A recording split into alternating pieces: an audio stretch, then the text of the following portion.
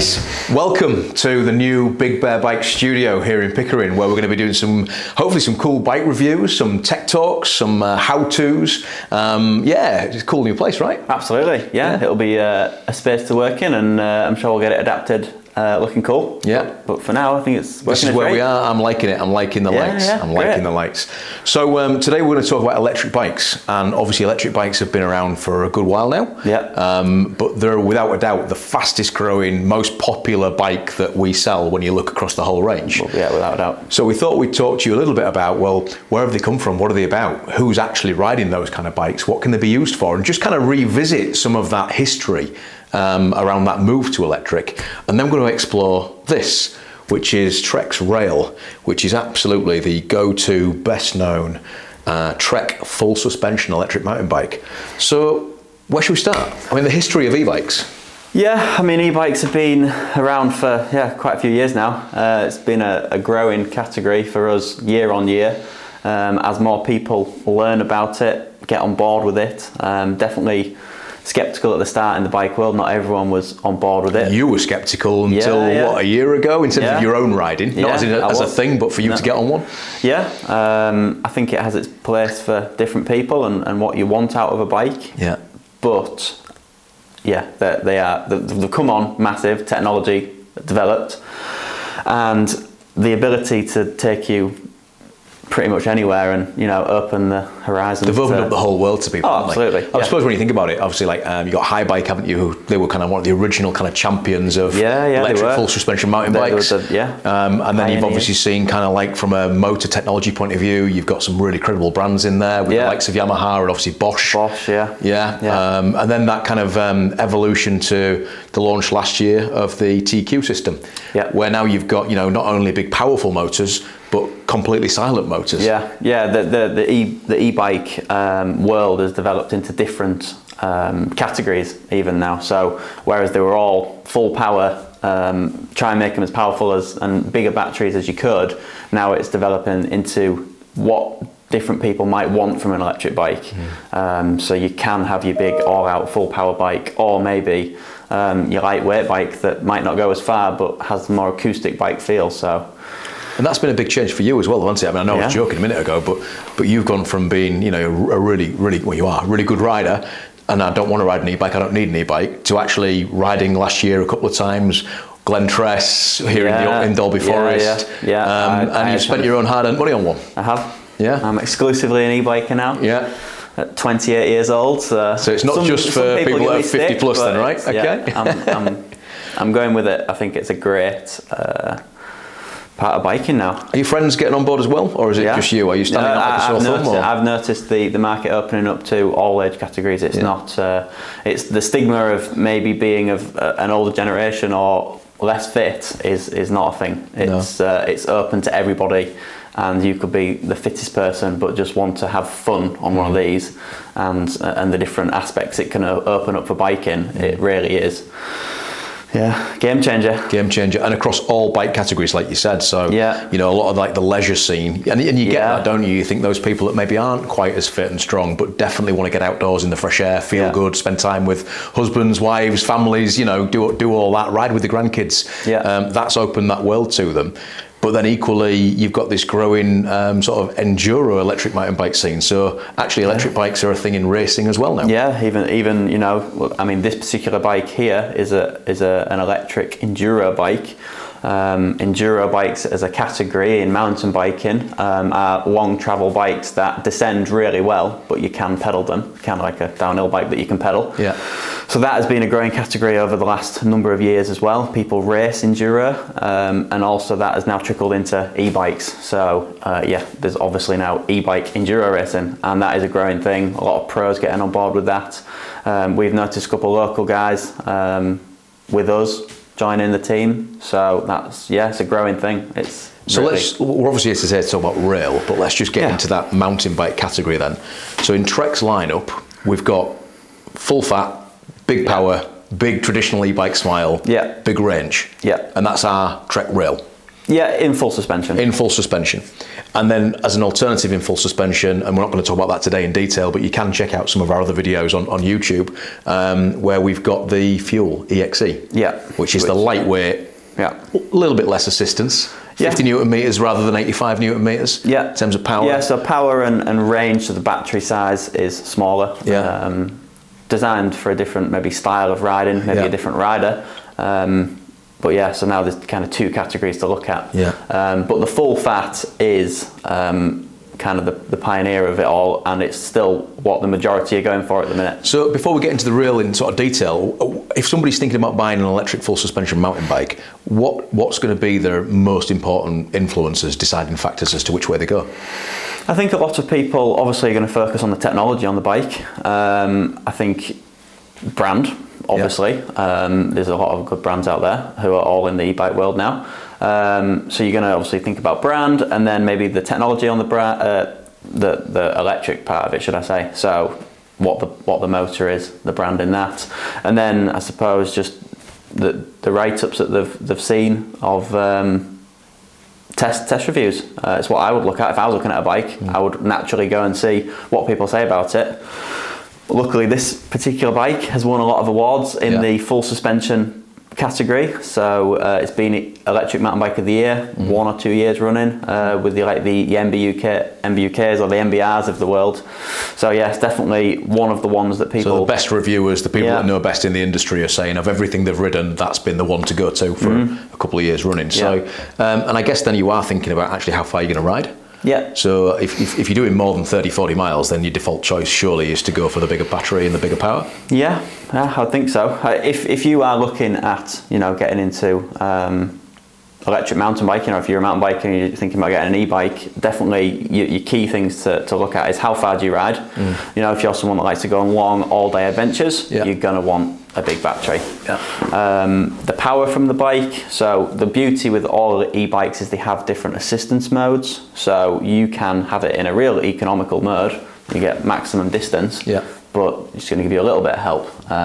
But then likewise, if you just want to do a short blast on them, you can put it in turbo and whiz around. So yeah, I think if you're looking at it, there's going to be a couple different things to focus on. I think as well, like for me, I mean, last year and this year I rode Fuel EXE and I rode rail, and I've ridden rail a lot, and I kind of feel like it's the go-to one for most people because it gives you that kick that you expect. So from a fun point of view, it genuinely makes you smile. It really does, yeah. But then I also think it's quite confidence inspiring. Like I don't consider myself at all a particularly good mountain biker. I ride a road bike first and foremost. So to me, to get on something like that, and with its it's slack geometry, so it's fairly. I'm not going to get caught in trouble. It's not twitchy. No. The big power gets me out of trouble if I need it to, and it's got a bit more weight. And people traditionally go, well, weight's not a good thing. But actually, you don't feel the weight because you've got the power. And then with that weight, it feels a bit more planted. It definitely does. Which is really kind of like, well, just confidence inspiring. I'm happy to have a go with that sense of sort of solidness. Yeah, people say that they're heavy bikes, and they are heavier than a normal bike. But how that makes you feel on the bike is the one word I would always use, is confidence. Because it feels like you can just pick whatever line, roll over whatever you want to roll over. You've got loads of suspension. And it makes you want to just go and do more. So let's talk rail then. So in a bit more detail, obviously like all of Trek's lineup, we've got frame choices of aluminium and carbon. And we can spec the bike up to different levels, which maybe we'll talk about. But if we look at this, the rail was based on the slash in terms of geometry? Yeah, pretty much. So the slash, for context, is Trek's Enduro mountain bike, not electric. So they've kind of based that proven geometry of what they know works and put it into an e-bike. Brilliant. So what does that give people? Why would somebody want that, longer travel, slacker geometry? Why is that a thing? Well, if you are, obviously this is an enduro electric bike, which is designed predominantly for going downhill. If you want to do that sort of stuff, you want a bike that's confident and capable of doing it. So the geometry of the bike is how it's kind of sitting you on the bike. So the geometry on this style is quite slack, which puts you over the back of the bike a bit more. It's got a high front end, so obviously when you're going downhill, it gives you that better position. You're not over the front. Yeah. You know, you're not feeling like you're going to go over the bars. So you're going to feel a bit more relaxed, aren't you? Yeah. Yeah. Absolutely. More control. Yeah.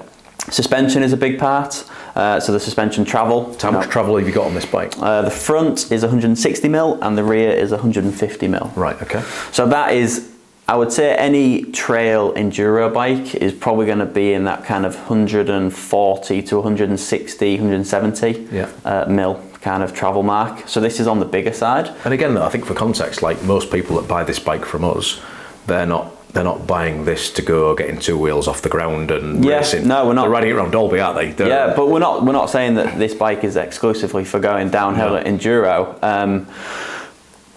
In the past, if you were not talking about an electric bike, geometry would definitely affect how the bike pedals more. You know, a slack bike will not pedal as efficient. Yeah, so it's harder work getting up the hills. Yes. Yeah. But they've got a big motor in these, so that kind of eliminates that argument. So you could use this for everyday riding down the road or whatever, and that odd time you're off road, it's going to be great confidence. But if you want to go downhill and chuck it around, it will do it. Hit everything. So we sell this to a huge range of people. People who just want to ride nice footpaths and want a mountain bike to go off road. It does the job. Or to the other end of the scale, you want to go ride some black route in some local forest and chuck it down a hill, it'll do it as well. So it's a versatile bike. Nice. And from a technology point of view, so is this, what's the motor in this bike? The motor in the motor. So yeah, it's Bosch. So is that across all of the range? Yeah, Trek partnered with Bosch. I would say in the e-bike world, Bosch are probably looked at one of the top of the tree in terms of kind of technology and where they've brought the market to. The warranty on that product? 2 years. 2-year warranty? On all electrics on the bike. So Trek partnered with Bosch, so they'll only, in all their electric mountain bikes, they'll only use Bosch, and they'll only use the top Bosch motor, which is the Performance CX motor. So that's the most powerful motor on the market, and it's in this bike. And what about battery? Yeah, so that is a 625 battery. Okay. So in terms of battery sizes on e-bikes or e-mountain bikes, on the smaller side, you'd probably look at maybe the 400. So it's a watt hour is what they call it. So probably 400 is your starting point, and they go up to about 750 in some of the newer stuff. What's that mean in layman's terms? I put it down to, I would say kind of 400. A 400 watt hour battery would do 40 miles. Okay. You know, kind of. And a 500 would do 50 miles. Yeah. I kind of base it roughly. So for every 100 watts, I'm going to get around 10 miles, depending on the mode I'm in, the kind of riding I'm doing. Yeah. So if I'm buying a 625, then 60 to 70 miles is probably where I'm going to be. Yeah. If I'm buying a 750, I'm 75 miles plus, depending on my mode. Absolutely. Okay, cool. That's easy to understand, isn't it? So, you know, you can get big miles out of these. Yeah. Obviously, it comes down to where you're riding. If you're riding up a mountain in Scotland, you're going to get less range out of it. Yeah. But on an average ride up and down, you know, and obviously different power modes, what you're using, but you can maximum these at about 70 miles. I mean, I think like you sum it up by just. But if you think about 70 miles, most people could ride that all day and not touch it. Yeah, 70 miles is all day. Yeah. So that is enough for most people. Yeah. Definitely me. Yeah. Okie dokie, so we've talked about the battery, we've talked about the motor, we've understood a bit about the geometry and the kind of bike this is. So I suppose the thing people are probably asking is, well, if that's the bike everyone's buying, what does it cost and what are the options? So I guess a good way of looking at this might be, if I want to get on a rail at all, like an entry point, what's that bike? What am I getting and what's it costing me? Yeah, so the rail comes in aluminium versions and carbon fibre versions as well. They do 3 different aluminium versions. So an entry level spec, mid spec and a top spec. And then you go into carbon fibre and it's exactly the same. So you get an entry level spec but with a carbon frame, and then work your way up to a all singing, all dancing. But to getting into the bike, you're about kind of the £4,500–5,000 mark. Okay. On the rail 5 that will be. So with the rail you get a rail 5, a rail 7 and a rail 9. This being the rail 9, so this is top spec aluminium. And then anything carbon is a 9 point, so like a 9.5, a 9.7. Yeah. So like I say, the range, you know, goes from 4,500 up to 12,000 if you want to go crazy. go all that way and have all that bling. Yeah. So on a 5, what am I getting in terms of group set? Because I suppose anybody buying that bike, I would think for me, my biggest questions are, what am I getting in terms of suspension? What am I getting in terms of group set? And what are my wheels? Yeah, well, I mean, to go back a little bit, the good thing with whatever model, the starting model or the top end model, is you're getting the same motor and battery. Okay. Apart from the top end models, you get choice, well, you get the bigger battery, the 750 instead of the 625. But in terms of spec, you'll be getting, the main things that change as you go up the range are going to be the components on the bike. So big one would be suspension, and then group set, so that's going to be your chain and your gears and all that sort of stuff, wheels, and then obviously frame material, aluminium to carbon fibre. This is running RockShox. Is it a choice of Fox or RockShox, or is everything RockShox?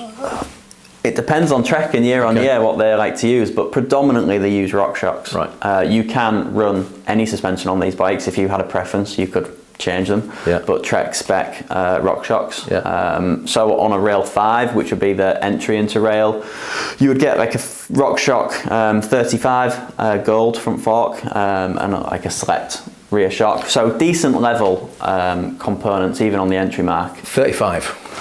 That is, yeah, exactly.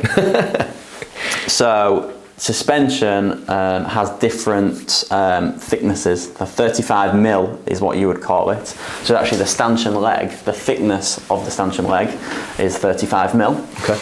On this particular one, this is a RockShox Zeb, which is 38mm. So a wider stanchion is stiffer. So that is beneficial on an e-bike because a wider stanchion being stiffer is, for a heavy bike, gives a bit more confidence. Feels a bit, you know, it handles the weight better. So as you go up the range, having a beefier fork, it handles the weight of the bike a lot better. I might be backing up the wrong career, but does that make it more robust as well? Is it more capable of taking on bigger stuff? Yeah, absolutely. Yeah. Okay. So I guess that's a bit of an indicator. If you're really going to be pushing yourself, then the chances are you might want to go up the spec a little bit. If you're looking at buying an e-mountain bike and you know that you're never going to be chucking it down a hill, you want to do some leisure riding, but get out and just enjoy where you live, local trails. 35 is more than enough. Absolutely, because it's still capable off-road. But if you like to hoon around, hoon around would be a word. Then you might want some more specialist suspension, which you've got more adjustment, a bit more feel to it, and a bit more robust than something like the higher up in the spec range would be a good place to look at. So group set I'm going to come with? Yeah, so the range between Shimano and SRAM. This particular one's running SRAM GX, which is kind of their mid to top level components with SRAM. But a lot of them come with kind of Shimano Dior XT, the Rail 5 and the 7, which is again mid to high in Shimano's range. And what you're going to get as you move up, presumably, is a little bit of weight, slightly smoother shifting, slightly lighter. Which is it's on an e-bike, so it's, realistically, I think you want a robust group set, because e-bikes are notorious because they put more power through the chain. You've got a big motor here.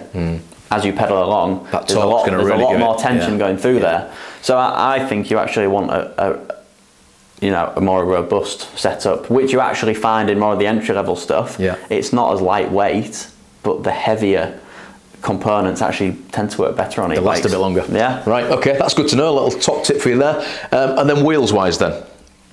Range of wheels. They're all Bontrager, so that's Trek's own brand. Trek's own brand, And again, they have aluminium and carbon fibre models. So this is their line Comp 30s, a tubeless ready wheel, really nice robust wheel. You find it on all Trek bikes, mountain bikes. It's a go-to really. I've ridden it plenty of times. It's a good wheel set. So you can upgrade to carbon fibre if you wanted a bit of a lighter bike, and the rail like the 9.88, 9.9 comes with carbon wheels. But yeah. And then you said so you got the 5, you got the 7, and you've given us entry point there of 4 or 5 grand. What's the top dog? That's the 9.9? 9.9, which you get to choose pretty much the specification. So they do an XTR, Shimano XTR, which will come with XTR brakes, XTR group set, or you can get an Axis, SRAM Axis, AXS you can call it, and that's their wireless shifting. So yeah, all wireless gears, no cables, super slick. I'd spend the money on that just for the noise.